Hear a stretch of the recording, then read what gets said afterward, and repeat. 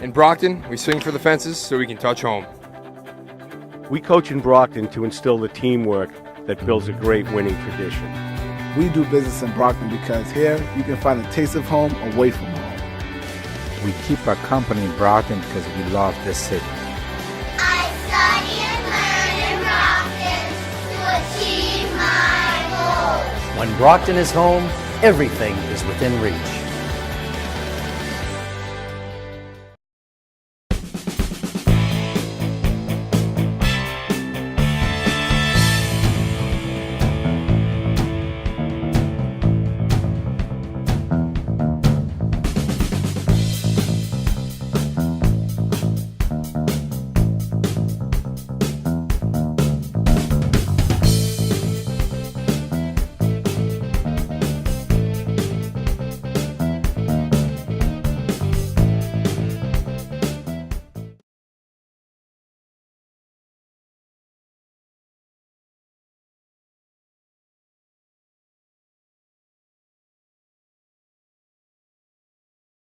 So it's my pleasure to introduce Mayor Bill Carpenter. The mayor has been mayor for about 3.5 years. We've been working with him at the chamber for all of those years. I have to say, as a representative of the business community, the door has been open always when a new business proposal comes in or a new company stops over our office. I never hesitate to say, yeah, the mayor absolutely will meet with you. There's no question. He will listen intently. He will bring those who need to be in the room into the room, and he will give you a response, either positive or negative, pretty quickly as to the project. And from a chamber's perspective, that's very, very important to have that type of leadership and that type of openness. So it's my pleasure to introduce the mayor of Brockton, Bill Carpenter.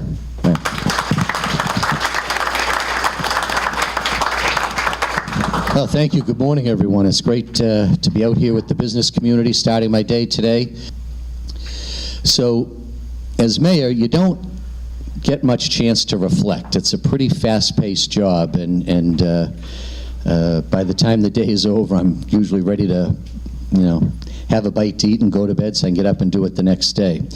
But every 2 years, you do reflect a little bit because you've got to run for re-election and think about what's occurred since the last time you ran. So, of course, when I usually reflect, the first thing I reflect about is I wonder how long a guy my age can keep doing this. But the answer is at least 2 more years. That's what I figured out. Yeah.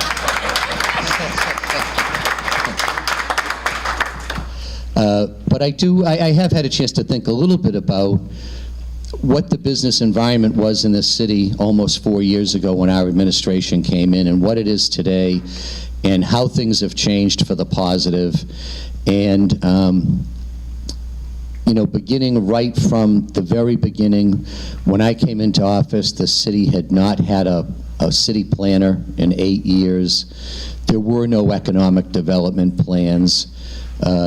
Zoning was spot zoning, haphazard, no game plan as to what the future of the city should look like, what the city should look like in the future. And so I think one of the best decisions I've made was during the first 6 months when I hired Rob May and brought him in as Director of Planning and Economic Development, because not only did we get the right guy, but it showed the city's commitment to actually doing business planning and long-term economic development. And we've done that. And you're starting now to see the results of that. One of the problems with the 2-year cycle for mayor is I think mayors fall into the trap of thinking in 2-year cycles, and that's not the way to be the CEO of the city, and particularly in terms of issues that affect business. So, not only did we bring in that planner and begin working on the plans, and here we are sitting here today, a downtown action strategy in place and some really exciting stuff happening downtown. I honestly believe that the next 2 years are going to be the most exciting 2 years in the history of the city, because the transformation has begun. You just haven't had a chance to see all the fruits of it yet.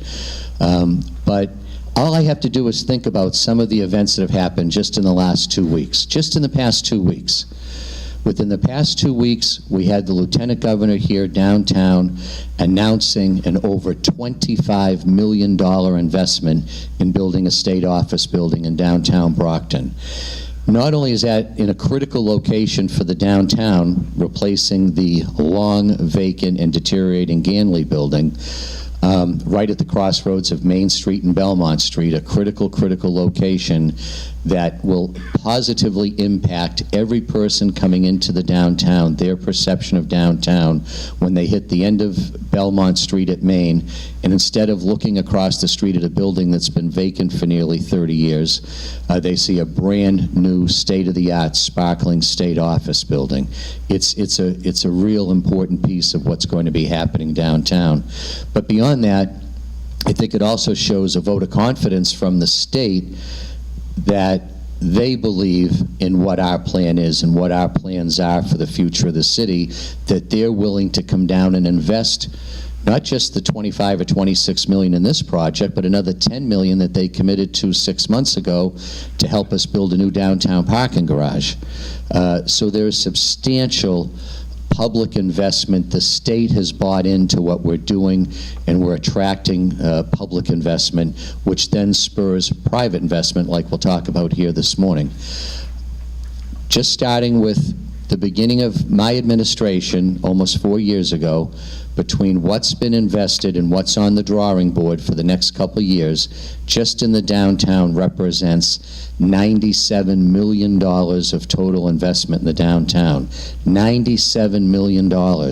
Did anyone think 4 years ago we'd be standing here talking about nearly $100 million being invested in downtown Brockton? I didn't. I knew we had a lot of work to do. So it shows that the public investment in infrastructure will bring private investment. It shows we've got the right model and the right strategy for downtown in terms of mixed use, revitalizing the business district on the ground floor while we develop workforce and market rate housing above it, bringing people downtown with disposable income, really focused on transit-oriented development, targeting working people that like the idea of walking to the train, and they'll like it even more when they can park their car in the garage within a block of where they're living. And we know that's a lifestyle that's selling in other cities around the state and around the country right now.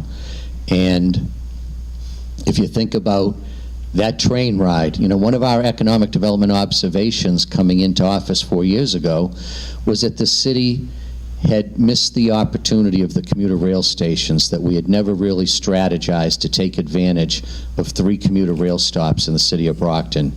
And when you get on that downtown station in downtown Brockton, it is exactly 30 minutes to South Station. You can set your watch to it. 30 minutes to the minute. And we are right now with that downtown area in the entire city of Brockton, we are the least expensive place to live where you can commute into the downtown financial district in 30 minutes or less. Think about Dorchester, Quincy, Somerville, any of those places today, and what the cost of living is there and what you can live for here.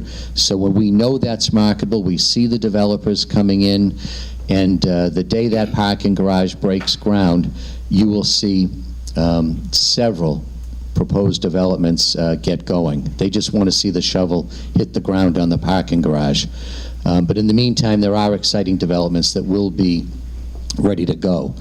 But our economic development plans are not just downtown. We started downtown because we know the biggest challenge we still face today is changing the perception of Brockton, both to people inside and outside of the city.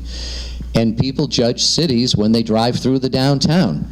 And if they see blight and empty buildings and no normal people walking around, that creates their perception of the entire city. And it's been the wrong perception for the last 20 or 30 years, but it's the perception people have been making. And so we knew that we had to get the revitalization started in the downtown and then branch out from there. When we created Brockton 2025, a 10-year economic development plan that we developed in 2015, obviously, we actually identified 12 different economic development districts around the city, and have a plan over the course of 10 years to redevelop all of them. And we've started downtown, but we've already come to Campello. And we've made tremendous progress in Campello in the last year and a half, both publicly and privately. Now there's a lot more work to do, but Campello today is a lot more attractive than it was a couple years ago. We're getting buy-in from business owners in the business district. The Campello is working on their own branding of Campello. The Keith Park up the street, and I see my friend Lynn here. You know, Lynn helped found the Keith Park Neighborhood Association. There was a community group that was willing to partner with the city in improving the quality of life for people who live in the Campello area. And it's not just business, you need both. You got to revitalize both the business district and the neighborhoods. You've got to create an environment where people want to live. And that Keith Park project that, you know, we just finished recently and rededicated, that's a big piece of the puzzle in Campello. And it's not the first impression you have, but that's going to be a very important link between the Campello train station and the residential and business districts of Campello. It's going to provide an easy, walking, pleasant foot access between the train station and Campello. So it's a critical piece. But now, as I'm asked, with Brockton 2025, we're continuing on from here, and this is why I think the next couple of years, besides what's happening downtown, is going to be so exciting.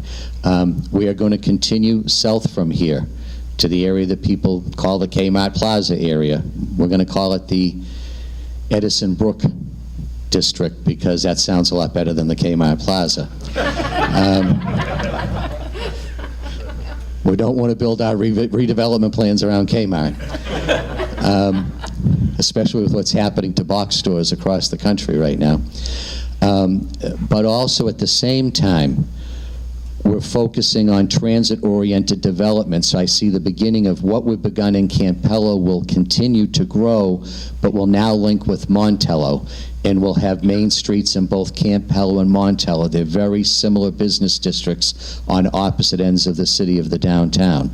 And eventually, right now we have a position downtown that's funded by TDI, a downtown fellow from Mass Development. But at some point when that position goes away, then this transit-oriented development Main Street manager would actually have Campello, Montello, and downtown really focused on redeveloping these three business districts and the neighborhoods around them linked to the train station. So we're going north to Montello and pulling them in.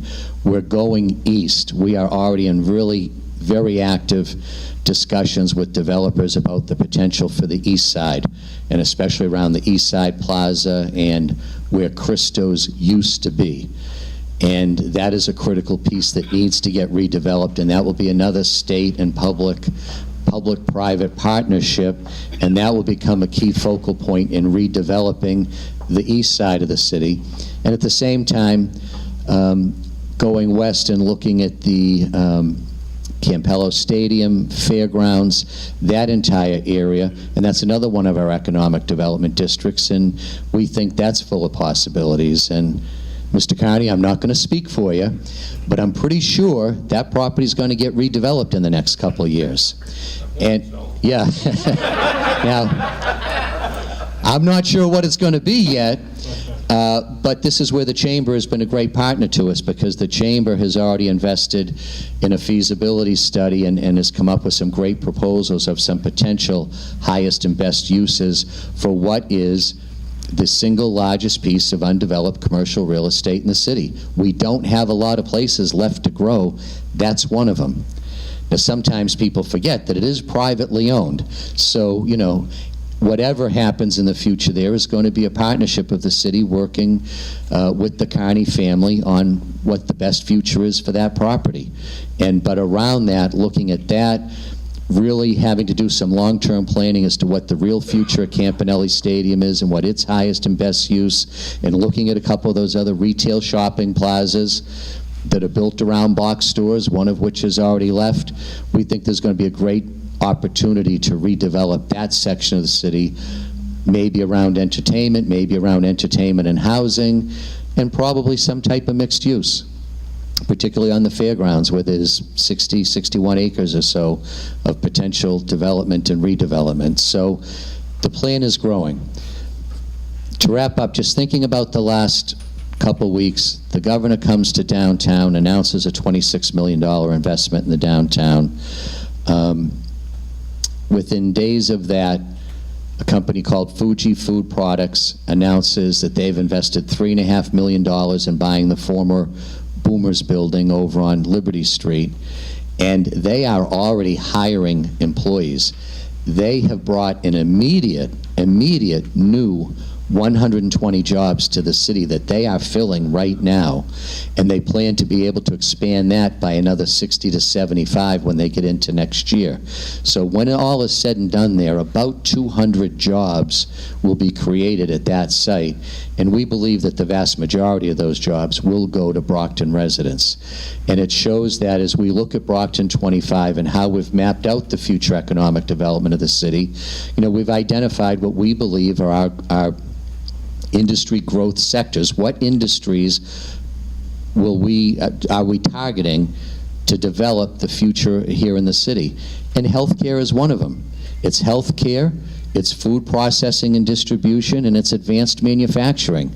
We've identified those three industry sectors as all having great potential for growth here in the city for a lot of reasons, from workforce to location to price to existing industry. And we're going to bring Mark Brewster up in a minute to announce his approximately $4 million investment in this piece of property, and that's part of the healthcare sector. Now, I don't know how to run an ambulance company, but I think that if you find a city that's got 3 hospitals in it, that's a pretty good place for an ambulance company. And I'm sure that had to be part of their thinking in terms of when they were deciding where they were going to develop this next regional service center, that Brockton made sense because, this is a perfect example of the health industry offshoots that come from having 3 full-scale hospitals in a city of 100,000. I can't think of another city in Massachusetts our size that has 3 full-scale hospitals. But Brockton does, and that's why healthcare is a great growth segment for us. So Fuji Foods, another big piece of the growing food processing, food distribution industry. I think most people don't realize how much food industry we have here in the city. Uno Foods, Liberty Baking, Concord Foods, Montilio's Bakery, Far East Bakery. It is a major player in our local economy, and it's got great opportunity for growth. And I think the fact that we were able to attract Fuji Food Products, a national food company, investing millions of dollars and hiring a couple hundred people by coming to Brockton. And then finally, just last week, we broke ground on McKinley Park, the redevelopment of McKinley Park on the north side of the city. This is, I'd have to sit down and count them up, the 6th or 7th park or playground we're redeveloping in less than 4 years here in the city. And every single one of those projects has been done with no local tax dollars, which I know you guys remind me about all the time. But by being able to take advantage of state grants, by being able to allocate some of our community development block grant funds, federal grant dollars that the local community gets to allocate, bringing in also private donations, volunteers. This is the 6th or 7th park and playground we're doing. This one is going to be another great one. We've got the New England Patriots donating a $150,000 set of playground equipment. We've got local companies like J. Dorenzo Companies and John Holmgren Engineering donating their work and their services to make the project work. And we are putting about $50,000 of CDBG funds into that mix because we had to show our commitment to make this project attractive to the Patriots as to where they were willing to go with their playground grant in Massachusetts, and we had to compete for that, and we've got a good project, and I believe that's why the Kraft family chose to make that donation here. So you're probably saying, why is he talking about parks and playgrounds? This is a business meeting. but it's part of the overall puzzle. It's part of creating this environment of attraction here in the city of Brockton. We want Brockton to be not just a place where businesses want to come locate or businesses want to start and create jobs, but we also want Brockton to be a city where people want to come to live. And that's happening. Since January of last year, 115 new construction single-family homes in the city of Brockton. 115 new construction single-family homes in the city of Brockton just since the beginning of last year. And those houses are selling for between $350,000 and $550,000. And who would have thought 4 years ago people would be waiting in line to build $500,000 houses in Brockton because they want to live here, because we're building that environment that people want to live in. And the green spaces are a big part of it. You know, we are reclaiming our green spaces. We're making them into places where families will come, where a mother feels comfortable to come down with her young children and doesn't have to deal with graffiti and broken glass and drug dealers, that it's a safe, well-lit, well-kept place that families can enjoy. And I'm amazed when I drive by Charlie Tartaglia Park, which is one of the ones we've done since we've been here, a former brownfield site at the Ralsco site that's now beautiful green space. It's a passive park, it's not a playground, but it's not that passive. Ride by there on a Friday, ride by there on a Saturday or Sunday afternoon, you'll see families with young children, you'll see senior citizens. It's a heavily, densely populated neighborhood that now has beautiful green space that makes that neighborhood a lot more livable, a much more pleasant place to live. So as you can probably tell, I could spend hours talking to you about Brockton, but I'm going to give you a break and stop. Because I want to get Mark Brewster up here for you for a few minutes, because what's happening here is so exciting. You know, it's just a little over 2 years ago, I made a decision to end a 33-year no-bid contract with our prior ambulance service and award the contract to Brewster. And you may recall, it was a little controversial at the time. I got kicked around a little on that one. But I never flinched, because I knew in my heart, I knew what we were doing by making the commitment to Brewster. And I believed them when they looked me in the eye and told me that they would make a commitment to Brockton if I made a commitment to them. And they also had great references, by the way. We didn't just give them the contract. We spent some real due diligence time talking to people that they were already working for. But they've done that, and they've done more, and they do already own a couple other commercial properties here in the city. And as Chris said, this could have been a large vacant hole for a period of time, because it's such a big piece of property that it wouldn't be for everyone to redevelop.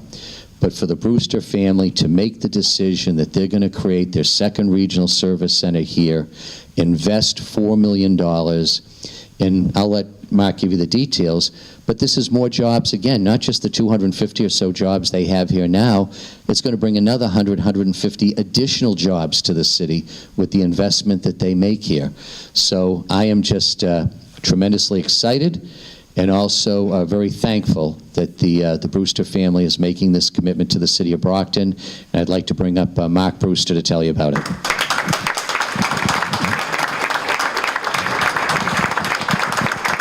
Thank you, Mr. Mayor. Good morning, everyone. As the mayor said, you know, it was controversial back a few years when we were coming in. We purchased our first piece of property in Brockton back in 2011. Then once we got the ambulance contract, 2015, this is now our fourth location in the city, and the one we're most excited about. This will be a regional headquarters that is going to serve Brockton all through southeastern Mass, New Bedford, Fall River, Dartmouth. This will be the regional center that supports all the way down the 24 corridor. We're going to have a full human resource department here, so the interviewing, the hiring process will now be out of here instead of our Weymouth location for this sector. We have a full fleet maintenance department out back, including a body shop that's going to be new that we're bringing into the city, as well as our dispatch center here now. We'll have the PSAP capabilities for the 911 systems, as well as, again, dispatching that whole 24 corridor. This side, we're over here, will be a billing department. None of the construction has started, as you can see, that we're coming through. There's some ambulance that are in the garage out back now. We're putting a full training center out back. We're going to run an EMT and paramedic program out of this location, which is going to bring 25 to 30 students to the city Monday through Thursday every night of the week that are going to be stopping, supporting the convenience store, the restaurants, the gas stations. So there's a lot happening at the site that we're really excited about. The city took a chance on us, as the mayor said back a few years back. We couldn't be more thankful for that opportunity. We're glad to be a community partner and not just the ambulance service in the city now. And we look forward to being here for a long time and working with the city.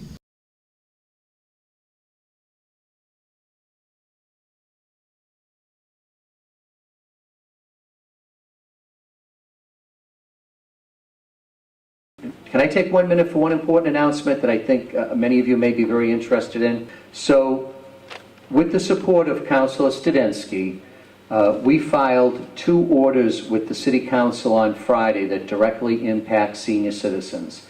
And these have to do with the tax exemptions or tax abatements that seniors are eligible for when they own their own home. There are 2 of them, and I got to use my notes to make sure I get it right. The first deduction is called the 17D property tax exemption. That's the one that right now is $175, and you have to have a low amount of assets to qualify. That is now, we're going to put it with the maximum the state allows, which allows us to index it for inflation. It will immediately go up to about $250 from the $175. And it will continue to creep up a little each year going forward. And we're also raising the amount of assets that you can have to qualify for it so that more seniors will be eligible for it. So not only will it be a higher credit, but more seniors will be eligible. That's the smaller one. The bigger one that a lot more seniors take advantage of now is called 41C. That's the $500 exemption right now. And with the support of the council, I know we've got Councilor Lally here, with the Councilor Beauregard, thank you. With the support of the council, the 500 exemption will go up to 750, which is the maximum the state allows for that type of exemption. But what's even more important is we're liberalizing it so that a lot more seniors will qualify. So right now, you have to be 70 for that exemption. That's going to come down to 65. So now you only have to be 65 to qualify for that instead of 70. And the income limits and the asset limits are all being increased. So a lot more seniors will be eligible that may not have been eligible for the $500 credit will now be eligible for the $750 credit because we've raised the income limits and raised the asset limits and lowered the eligibility age. So this is something, Janice and I talk all the time with the members of Senior Safety Task Force and people here at the COA and over at Old Colony also about keeping seniors in their homes and the challenges of that, but how important it is. And I think usually we're talking a lot about medical services and medical support, and I know dealing with my dad's own situation right now, getting in Meals on Wheels, getting in visiting nurse, getting in a housekeeper, putting all those supports so that seniors can be safe to stay in their homes longer. But the other pressure is financial, that sometimes seniors are forced out of their home for financial reasons, that because they're on a fixed income that just isn't keeping up with inflation, that they're under financial pressure. So we're hoping these changes for seniors that qualify, taxes have crept up a little bit the last couple of years. This will offset those tax increases and give the seniors a break. So we're very excited to get these filed. I cannot imagine that it won't have universal support on the City Council. And I want to publicly acknowledge Councilor Studensky for filing these measures for us. So I think it's some good news for those of you that are still in your own homes, and you can help us spread the word to folks that everyone needs to be checking on their eligibility this year for property tax exemptions, okay? All right, enough serious stuff. Let's have some fun with Halloween. Looking forward to saying hello to everybody. When do we take a check?